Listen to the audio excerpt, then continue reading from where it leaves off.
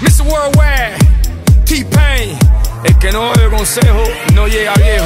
So listen up, let it go. La la la la. If the girl wanna play, let it go. Let it go. La la la la. If the girl wanna play, let it go. Let it go. La la la la. If the girl wanna play, let it go. Proseguiamo la nostra rassegna di bellezza qui a Mister Topolini. Vi presento subito l'aspirante mister numero 32, nome? Assen Bertelli. Non ho capito. Assen. Ok, Asse, allora quanti anni hai? 20. 20 anni, sei molto giovane. Allora, qual buon vento ti porta qui a Mister Topolini? Come mai l'idea di venirci a trovare? Così per fare un'esperienza. Un'esperienza nuova. Sì, sì. Ho capito. Hai qualche amica che ti ha accompagnato, che ti sostiene in questo concorso? Una rumena e un'amica. Ho capito. Cristina.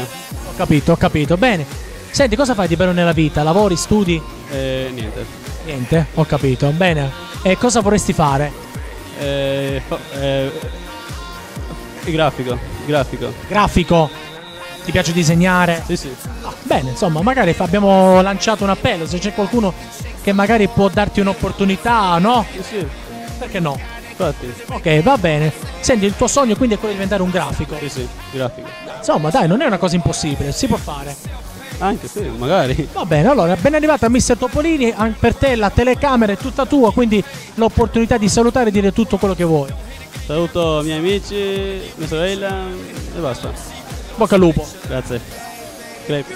What you doing tonight? I wanna see what you got in store.